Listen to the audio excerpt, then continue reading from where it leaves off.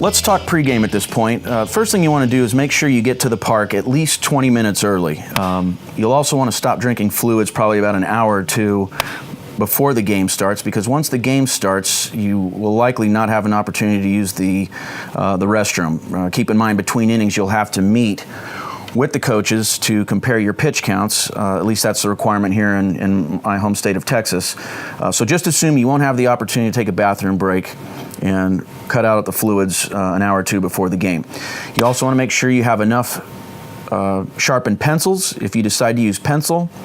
If you decide to use pen, you'll want to have at least two. A medium point, ballpoint, or gel point pen would be my suggestion, just in case one of them goes out of ink while you're writing.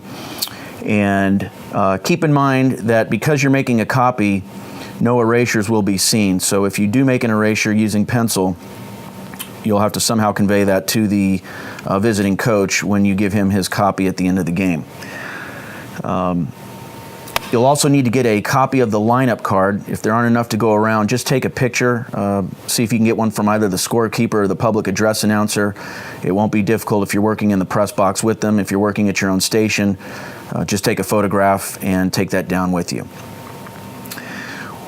Let's go ahead and look at the form now and what we'll do when we get started. Up here at the top, there are a couple of your basic things: date, location. You need to write down your home team's district or conference, and then record the names of the teams here as well. We'll just use today's date for example. Today's January 12th, so we'll write this in here as January 12th, 17. We will use a neutral location for the sake of this tutorial. We'll use the Blossom Athletic Facility in San Antonio. So I will put Blossom Athletic, San Antonio, Texas. And here we'll record the visiting team and the home team. In this example, we'll use the two high schools I had the privilege of attending. We'll use the visiting team here, and we'll make that the Comfort Bobcats. And our home team will be the Tivy Antlers. The Tivy Antlers play in District 26 5A, so we will record that here in this box. A copy of this will be scanned and emailed to the district chair at the completion of the game. You can also see here that there is a unique serial number for quick reference in the future. Down here, pregame, as the counter, you will print your name in this line, and then you'll sign it here at the conclusion of the game. So we'll use John Doe as our counter today, and we will put his name here. You will also want to record the names of both the visiting coach and the home coach here, and then they will sign below at the end of the game too. In this example, we'll use the visiting coach, and I don't know who the coach is at present, so we'll just use Larry Smith.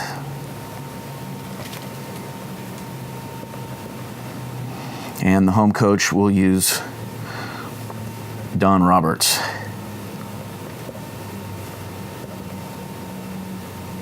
Okay.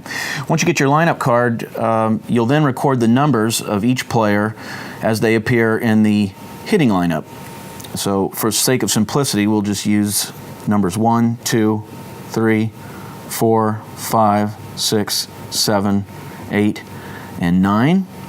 And for the home team, we'll just go in reverse order, and we'll go 9, 8, 7, 6, 5, 4, 3, 2, 1. In this example here, we'll also assume that our pitchers are not in the lineup, so we'll make both of our pitchers number 10. And then we'll use Jeff Smith as our starting pitcher for the visiting team. And we'll use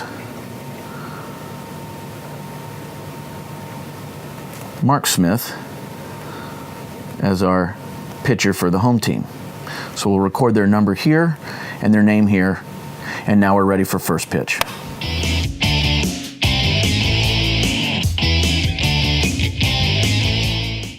So now that we're ready for our first batter of the game, let's take a look at the form, and you'll realize very quickly that it's in the similar format to a scorecard, and that's by design. The whole purpose of this form is to not only keep track of the pitch count, but also to keep the pitch counter engaged in the game.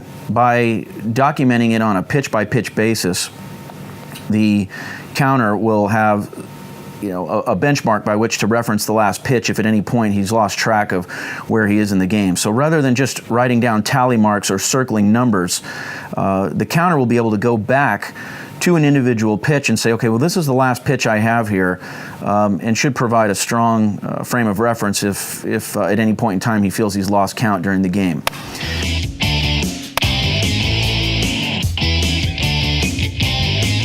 So let's take a look at the first square for the first batter. You'll see at the top of the box it says new pitcher. It also says that again below the box. And within side, there's a box that says the number of pitches, a box with a P, and then a box with a P prime. Below that, you see a B, an S, an F, an IP, and 9 ovals to the right of each of those letters. In our first at bat here, let's just assume that number 1 has come up to the plate, and he takes the first pitch for a ball. We'll fill in the oval right here, indicating the ball. The next pitch is fouled off, so we'll fill in that oval. The third pitch, he takes a strike looking, so we'll fill in the oval here. And on the fourth pitch, he hits a lazy pop-up to shortstop and is recorded for the first out. So we will fill in this oval here. We'll count our ovals, a total of 4, and we will mark that in this box right here. And now we're ready to move on to our second batter.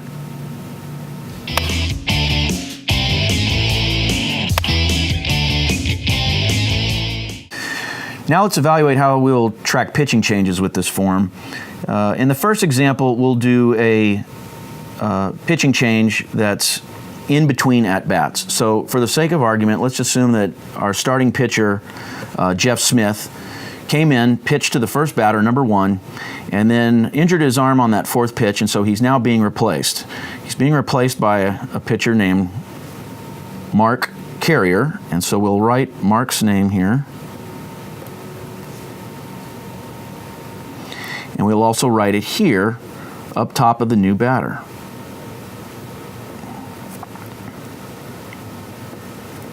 We'll then draw a line underneath our first at bat.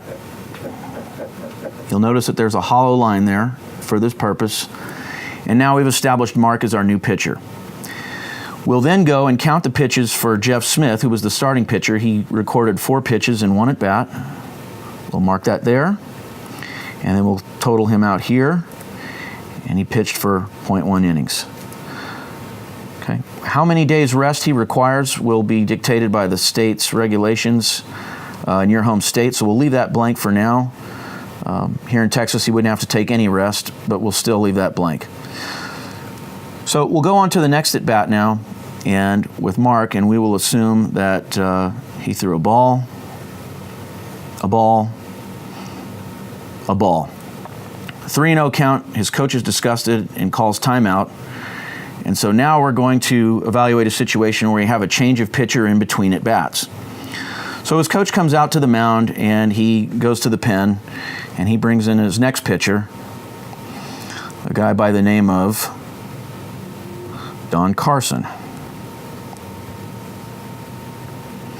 Now, we're still in the first inning. Mark threw 3 pitches, 0.0 innings. And to indicate that we have a new pitcher coming in between an at-bat, we will fill in this line here. Another hollow line. And then again, we will write the name of the new pitcher below in this instance. So we'll have Don Carson now as our new pitcher. So now that Don Carson's in, he'll finish the new at-bat, and let's say Don proceeds to quickly strike out the second at batter with 3 straight strikes. Records the second out, which we can just record here. And then in the next at bat, he also strikes third batter out on 3 straight pitches for the third out, ending the inning. So we will now go down here again to show the pitch count for our third pitcher, Don Carson, who threw a total of 6 pitches in that inning. His total for the inning was 6. He pitched .2 innings. And now we'll evaluate a pitching change between innings. So let's assume that our coach here, Don Roberts, the home coach, decides he'd like to save Mr. Carson for tomorrow's game, and he brings in a fourth reliever between innings. So in this situation here, we'll bring in the fourth pitcher of the game, and we'll call him Mike Phillips. And now that we've started a new inning, we will show Mike Phillips coming in up here. Now keep in mind, we haven't done the bottom of the first yet. We're just showing, for example, a new pitcher coming in between innings. So our new pitcher is now Mike Phillips. We will put his name in here. And we will again put a line under here indicating that that has ended the previous pitcher's time in this game, at least for the time being. He could come in again, in theory. An easy way to remember it is if a pitcher comes in the middle of an at-bat, his name will go below the batter that he was facing when he was pulled. If a pitcher comes in between at-bats, whether it be at the beginning of a new inning or in the middle of an inning, his name will go above the hitter he's about to face. You can see here that Mark went in above the new batter he was supposed to face, and Don went in below the batter he was facing when he was pulled. And again, Mike Phillips shows up in the box above the new batter he's about to face in the top of the second inning.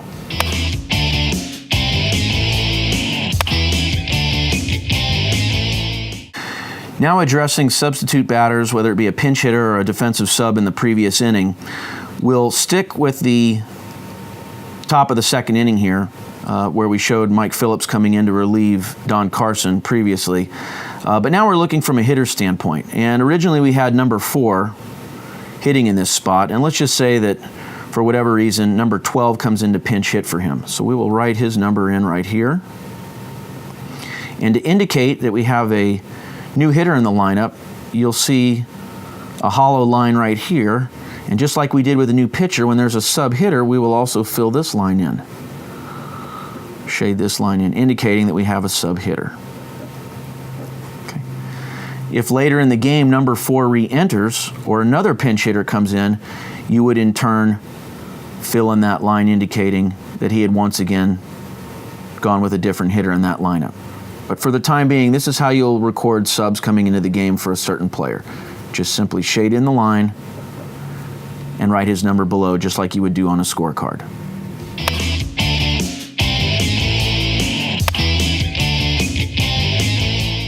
Now, at the conclusion of an inning, the first thing that we need to do is we'll go ahead and mark our inning. Now, you'll notice up here at the top there are blank squares. And the reason for that is if the situation presents itself where a team batted through and takes up 2 columns, we would put that inning in this box here, the box that's bisecting the 2 columns. But in a typical inning, it'll be the box over the column, as it was in this inning. We had 3 up, 3 down. So we'll mark this as the first inning. The second thing that we're going to do is we're going to count the pitches in that inning. So we'll go back and look, and we recorded our total pitches for each batter. We had 4 here. We had 6 here. Notice we have 3 twice. And the reason for that is when a pitcher came in the middle of an at-bat, we recorded the pitchers for the first pitcher in this box here. And then in the second box, which has P prime in it, is where we'll record the pitchers for the second pitcher in the at-bat. So we have 4, 3 and 3 for 6, and 4 is 10. And then in the third at-bat of the inning, we had 3 straight strikes, 3 pitches, for a total of 13 pitches. Down here we'll go back and we'll add. We'll have 4, 3, and 6 for a total of 13. We'll put that in the box marked inning total.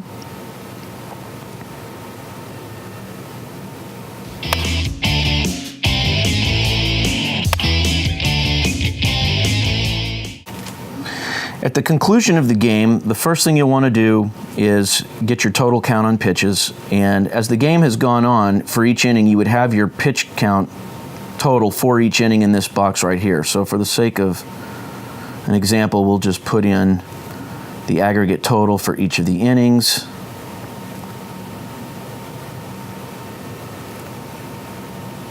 We'll assume the game went 7 innings. And here are our pitch counts. So here we have 25 and 18, that's 43, plus 20 is 63, plus 12 is 75, plus 18 is 93, and then plus 20 is 113. So your total would be down here in the running total, 113.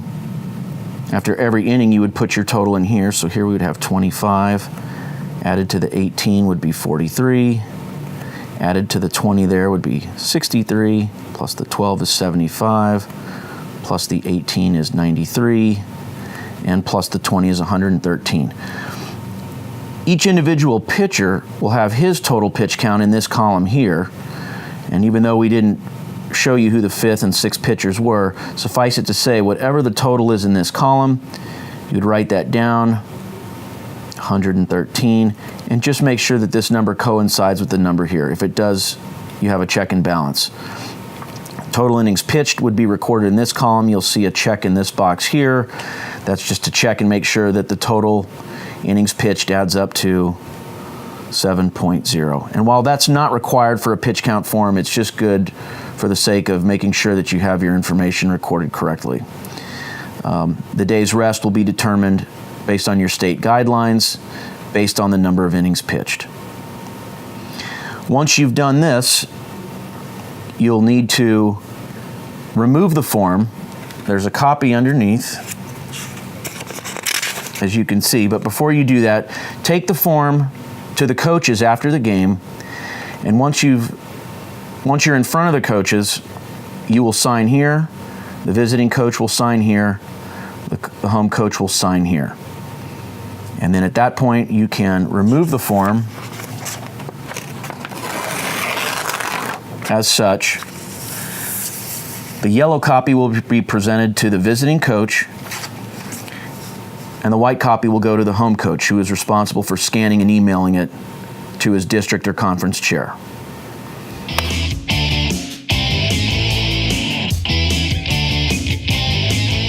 There will be certain times during the game where it is easy to be distracted from the role of counting and cataloging pitches. The first such incident is when a pitcher releases a throw. Notice I didn't say a pitch, after being called for a balk. In high school baseball, unlike professional baseball, the ball is dead immediately when a pitcher balks. The most common balk in high school is when a pitcher fails to come set before delivering a pitch, and in this instance, it's very common for the pitcher to not even realize he's committed the infraction and will deliver a throw despite one or more umpires coming out of their shoes. Just remember as the counter that there is no pitch charged to the pitcher, even if he delivers a throw after the balk is called. The other instance where you may find yourself distracted is when the catcher makes a snap throw to one of his infielders. Whether it be an attempted stolen base or a pickoff attempt at one of the corner bases, remember your job is to count and, when using our form, to catalog the pitch. Let the scorekeeper worry about the play on the field. In fact, he may very well rely on you for pitch information after the play because he's busy watching the play at the base. You will endear yourself to the scorekeeper if you can reliably tell him what the result of the pitch was after such a play. So remember, let him do his thing and you do yours. With respects to the umpires themselves, understand that not every umpire calls balls and strikes the same way. Watch them very closely, particularly early on in the game, to determine their technique for relaying information to you, the spectator. Some umpires will make a clenched fist in front of their bodies when signaling a strike. Others will point a finger off to the side. The formal will provide a greater challenge to you if you are directly behind them, so be aware of that. Remember this, all umpires signal a strike every time there is a strike. When the batter swings and misses, there is a signal and no audible. When the batter takes a strike, there is a signal and an audible. If you hear something but there's no signal and the batter didn't swing, the umpire is announcing the pitch was a ball. They should announce every ball, but some umpires will only do this when it's a close pitch. Typically, the closer pitch, the louder they will say ball in an effort to convince the dugouts they're sure of their call.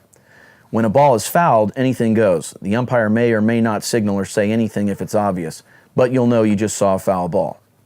So to recap, a signal and no audible is a strike, a signal and an audible is a strike, an audible with no signal is a ball. To be clear, there is no right or wrong way to use this form. This tutorial simply shows you the way it's intended to be used. You may or may not use it in the same way, and that's okay, as long as the certain items are recorded per your state guidelines. As the game goes on and pitchers are relieved, attempt to close each pitcher out before the game ends so you can quickly tabulate the numbers for the final pitcher of the game immediately after the game ends. You likely won't be able to get the finished form to the coaches before they're done shaking hands with their opponents, but if you can get to them before they start addressing their team's postgame, that should be your goal. Oftentimes the two coaches will chat briefly immediately after the game when teams are exchanging pleasantries, and this would be a great time to obtain the signatures. Be sure to take a clipboard with you if you go out on the field. It's possible the coaches will come to you too, so just figure out a routine and go with it. If you approach the coaches, always go to the visiting team first, since they'll be the first to leave. If their bus is left and you haven't obtained your signature, that will be on you. If you need help figuring out when the best time to approach them after a game, watch for the media if they're present at that game. Inform the media you are a game official and will need the coach's signatures prior to the interviews, and they will certainly allow you that courtesy. Also, if in doubt, you can always communicate with your coach as to an appropriate time to approach the opposing coach. Believe it or not, you are now a high school baseball official, and it's important that you treat the role with its due importance. That's not to say you can't have fun. We're all having fun at the ballpark, from the umpires to the public address announcer to the scorekeeper and everyone in the seats. We're at the field because we love baseball. So enjoy yourself in the job you now have, but remember, it's an important one. You don't want to be the reason an athlete was charged with an extra day of rest because you were daydreaming and accidentally double-marked a pitch. You also don't want to deal with an angry coach because you kept an incorrect count. Trust me, as a former umpire, an angry coach is right up there with an angry wife. Avoid this at all costs. Our form gives you every opportunity to defend your position as a counter, but ultimately, you paying attention is the only thing that will ensure you don't make a mistake. Thanks for watching this tutorial and enjoy your season.